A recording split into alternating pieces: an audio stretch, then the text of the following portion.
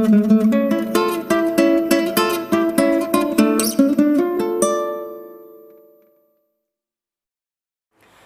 students, today we will learn expressing result or showing result નો topic છે such that. such that એ that છે એક સંયોજક તરીકેનું કામ કરે છે. હવે such that નો અર્થ થાય એવું કે જે. such that નો અર્થ થાય એવું કે જે. હવે એક્સપ્રેસિંગ રિઝલ્ટના વાક્યો જ્યારે કમ્પ્લીટ કરવાના પૂછાય કે રિસ્પોન્ડ એટલે કે જવાબ આપવાના પૂછાય તો એ વાક્યને જ્યારે કમ્પ્લીટ કરો કે જવાબ લખો તો કૌંસમાં જો તમને સચ ધેટ આપ્યું હોય તો સચ ધેટથી વાક્યને પૂર્ણ કરવું, નહીતર જો માત્ર રિઝલ્ટ લખેલું હોય તો તમે આપણે જેટલા રિઝલ્ટના ટોપિક શીખ્યા એ બધામાંથી કોઈ પણ એકનો ઉપયોગ કરી શકો છો. આજે આપણે જે ટોપિક શીખવા જઈ રહ્યા છીએ એ છે સચ ધેટ. સચ ધેટનો મતલબ થાય એવું કે જે. હવે અહીંયા બે સંયોજક છે સચ અને ધેટ. અગાઉ આપણે સો ધેટ જોયું એ જ રીતે સચ ધેટ કાર્ય કરે છે. પણ જ્યારે સો ધેટ હોય કે સચ ધેટ હોય એમાં રચનામાં બે ક્લોઝ હોય. સો ધેટવાળી રચના હોય કે સચ ધેટવાળી વાક્ય રચના હોય એમાં બે ક્લોઝ હોય.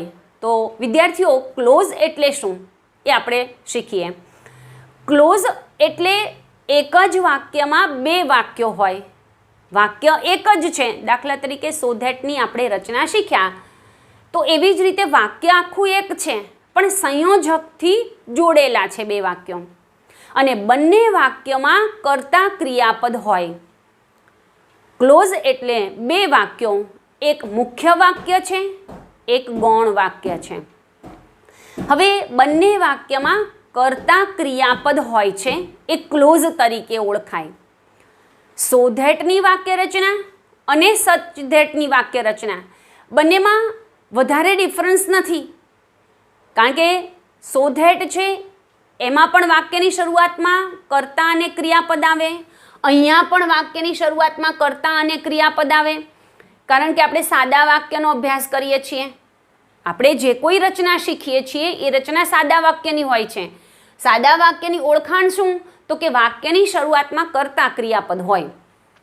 તો અહીંયા વાક્યની શરૂઆતમાં કર્તા હોય પ્લસ ક્રિયાપદ મૂકવાનું છે. હવે આ ક્રિયાપદ છે ટુ બીનું પણ હોઈ શકે અને મુખ્ય ક્રિયાપદના કોઈ કાળનું પણ રૂપ હોઈ શકે. ત્યાર પછી સચ. સચ પછી એકે એન આર્ટિકલ આવે. સચ પછી એકે એન આર્ટિકલ આવે. હવે આ એકે એન આર્ટિકલ જો અહીંયા નાઉન એક વચનમાં હોય તો ફરજિયાત સચ પછી એકે એન આવે. જો નાઉન એક વચનમાં હોય તો, કારણ કે સચ એકે એન આર્ટિકલ મૂકી પછી નાઉન આપણે મૂકવાનું છે. આ નાઉન એક વચનમાં મૂકવાનું.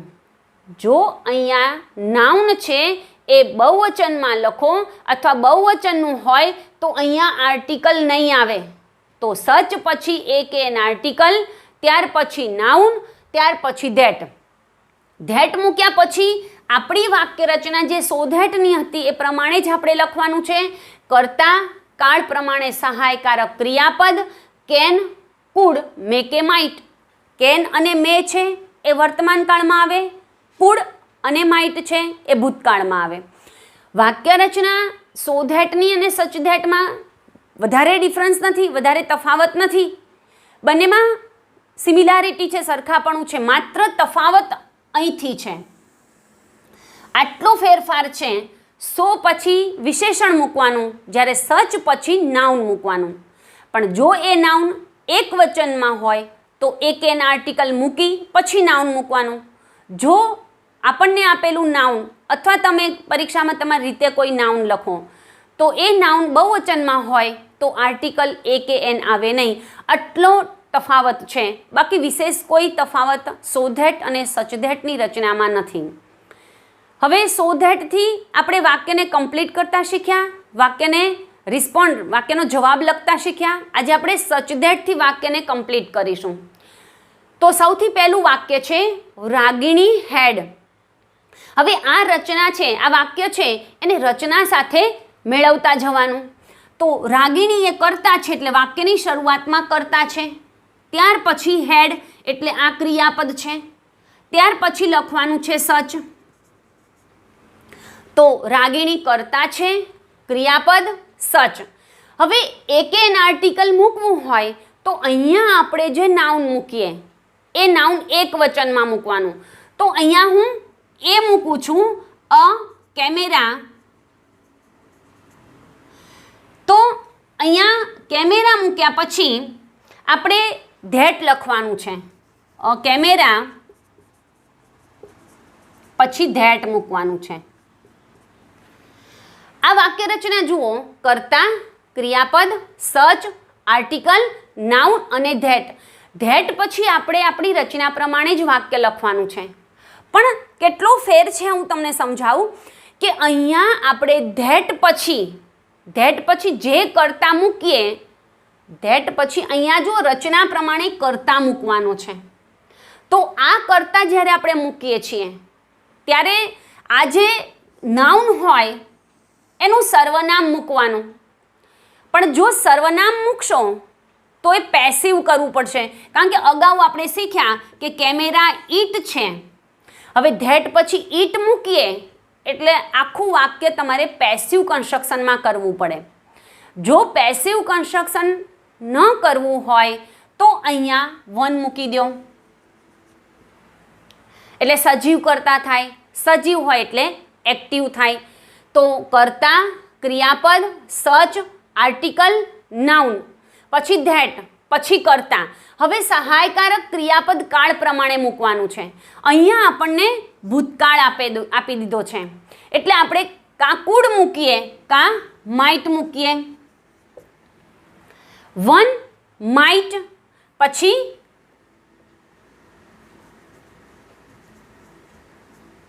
વન માઇટ હેન્ડલ ઈટ. હવે અહીંયા તમે વન માઇટ હેન્ડલ મૂકી શકો, વન માઇટ યુઝ મૂકી શકો. અહીંયા ટૂંકમાં V1 મૂકવાનું છે, ક્રિયાપદનું મૂળરૂપ મૂકવાનું છે. તો અહીંયા રચનાના આધારે વાક્ય જુઓ, કર્તા, ક્રિયાપદ, સચ, આર્ટિકલ, નાઉન, ધેટ પછી કર્તા. અહીંયા કેમેરા નિર્જીવ છે એટલે વન મૂક્યું છે, પછી ભૂતકાળ છે એટલે માઇટ V1 અને કેમેરા માટે ઈટ મૂક્યું છે. બીજું વાક્ય અવર ટીચર. હવે અવર ટીચર એ કર્તા છે. હવે ક્રિયાપદ મૂકીએ છીએ હેઝ. અવર ટીચર હેઝ પછી સચ પછી આર્ટિકલ અને પછી નાઉન મૂક્યું. તો કર્તા, ક્રિયાપદ, સચ, નાઉન પછી ધેટ મૂકીએ. અહીંયા નાઉન છે એ બુક છે, એ નિર્જીવ કર્તા છે એટલે નિર્જીવ કર્તા હોય એટલે આપણે અહીંયા મૂકીએ વન. તો વન મૂક્યું. પછી વર્તમાન કાળનું વાક્ય છે એટલે મે અથવા કેન. તો one can our teacher has such a book that one can buy પણ મૂકી શકીએ, વન કેન નોટ બાય એમ પણ મૂકી શકીએ. તો one can buy it, one can not buy it. વાક્યને હકાર કે નકાર તમે બનાવી શકો છો. ત્રીજું એક્ઝામ્પલ છે હી ઇઝ સચ પછી a slow person. He is such a slow person.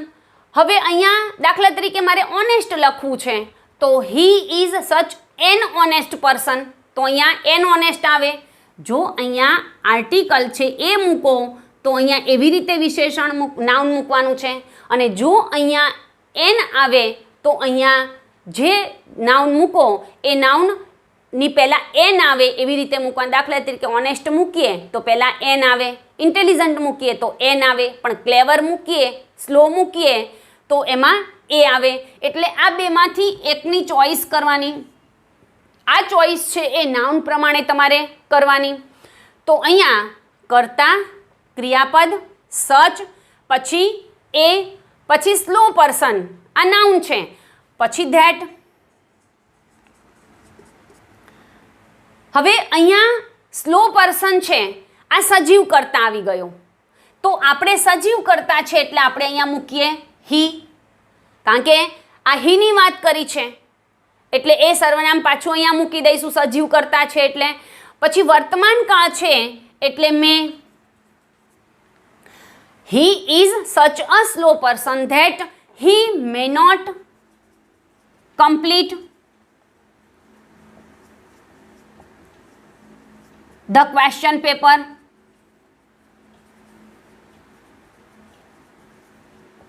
આ રીતે વાક્યને કમ્પ્લીટ કરવાનું. હવે કોઈ પણ વાક્ય આપેલું છે અને તમારે રિસ્પોન્ડ લખવાનો છે, એટલે કે જવાબ આપવાનો છે, પ્રત્યુત્તર આપવાનો છે. એ પ્રત્યુત્તર અગાઉ કીધું એમ કોઈ પણ રીતે તમે કોઈ પણ ટોપિકથી તમે પૂર્ણ કરી શકો. કાઉન્સમાં જો સચ ધેટથી આપ્યું હોય તો જ તમારે સચ ધેટથી કમ્પ્લીટ કરવાનું, બાકી રિઝલ્ટના ગમે તે ટોપિકનો તમે યુઝ કરી શકો છો. તો આપણે અત્યારે સચ ધેટનો ટોપિક શીખીએ છીએ એટલે આ વાક્ય આપણે સચ ધેટથી પૂર્ણ કરશું. પહેલું વાક્ય છે what do you think about new syllabus. તો સૌથી પહેલાં અગાઉ કીધું કે સહાયકારક ક્રિયાપદથી પ્રશ્ન હોય તો યસ કે નોમાં જવાબ આવે, પરંતુ અહીંયા સહાયકારક ક્રિયાપદ નથી, અહીંયા આપણને WH ક્વેશ્ચનથી પૂછેલું છે એટલે WH ક્વેશ્ચન હોય તો એમાં યસ કે નો જવાબ ન આવે, સીધું જ આપણે વાક્યની શરૂઆત કરવાની છે. વાક્યની શરૂઆત કરીએ એટલે આ કર્તાથી કરવાની. તો વાક્યની શરૂઆત કર્તાથી થાય. આપણા વાક્યમાં કર્તા કોણ છે તો કે થિંક અબાઉટ એટલે ના વિશે વિચારવું. કોના વિશે વિચારવાની વાત છે? New syllabus. તો આ ન્યૂ સિલેબસ છે એ આપેલા વાક્યનો કર્તા બનશે. તો ન્યૂ સિલેબસ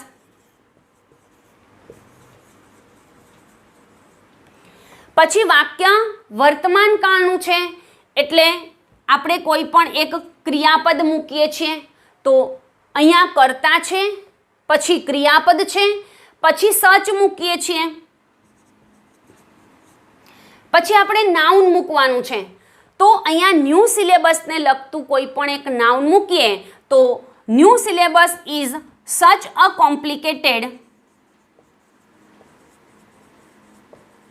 પછી ધેટ પછી આપણે કર્તા મૂકવાનો છે. હવે અહીંયા જે કર્તા મૂકીએ છીએ જો નિર્જીવ હોય તો 1 મૂકી દેવાનું. અહીંયા આપણને ક્વેશ્ચન પેપર સિલેબસ આપ્યું છે તો એ ઈટ છે, પણ અહીંયા આપણને રિસ્પોન્ડ ધ સેન્ટેન્સમાં જે કર્તા આપેલો હોય એ કર્તા મૂકવાનો, કે આ ન્યૂ સિલેબસ વિશે વિચારવાનું જે કર્તા છે એ કોણ છે તો કે યુ છે. તો આપણને કર્તા આપ્યો છે.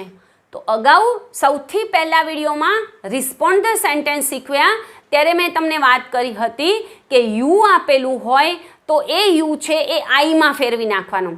એટલે અહીંયા ધેટ આઈ યુ છે એટલે આઈ થઈ જાય, કારણ કે પ્રશ્ન યુમાં પૂછવું હોય, જવાબ આપનાર વ્યક્તિ આઈમાં જવાબ આપે એટલે અહીંયા આઈ.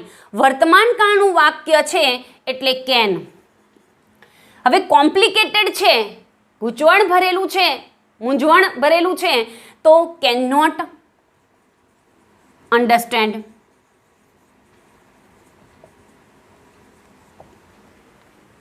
બીજું એક્ઝામ્પલ જોઈએ.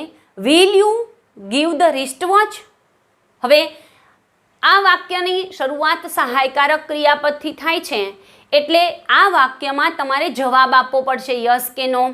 તો અહીંયા લખીએ છીએ આપણે કે નો.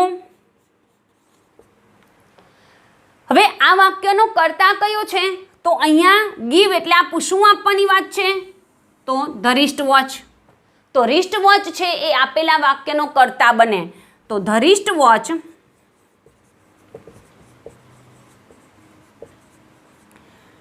પછી અહીંયા ભવિષ્યકાળનું વાક્ય છે એ અહીંયા વર્તમાન કાળમાં આવશે, કારણ કે પ્રશ્ન છે અને પરિણામ ભવિષ્યમાં આવે છે.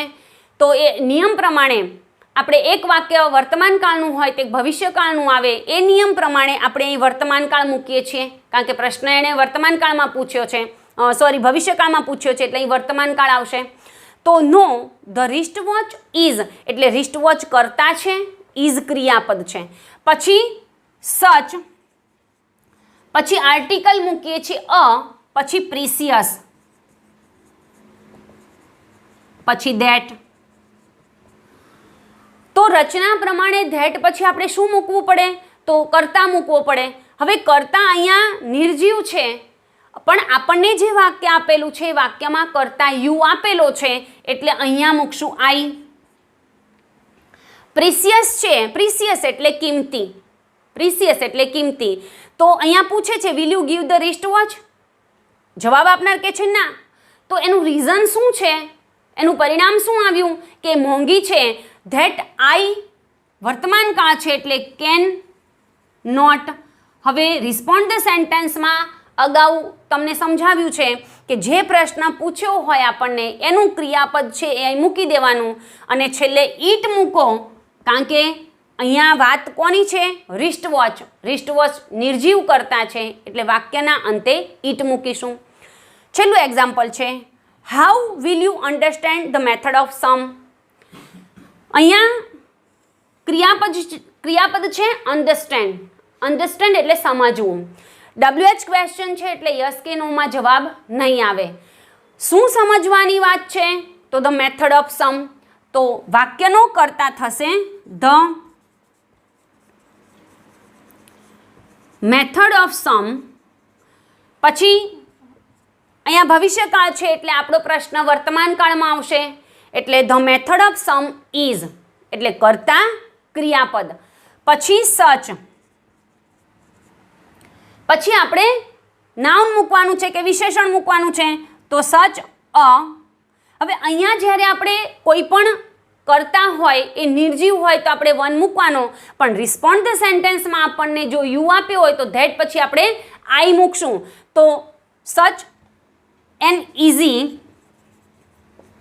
ધેટ. હવે અહીંયા સચ પછી એન મૂક્યું, કારણ કે અહીંયા જે વિશેષણ છે એની શરૂઆત છે એ સ્વરથી થાય છે, એટલે અહીંયા એક એન આપણને ઓપ્શન આપેલો છે, કાં એ મૂકો કાં એન મૂકો. અહીંયા જે વિશેષણ છે એની આગળ એન આવે, ત્યાર પછી આઈ આવશે. વર્તમાન કાળનું વાક્ય છે એટલે મેં મૂકીએ.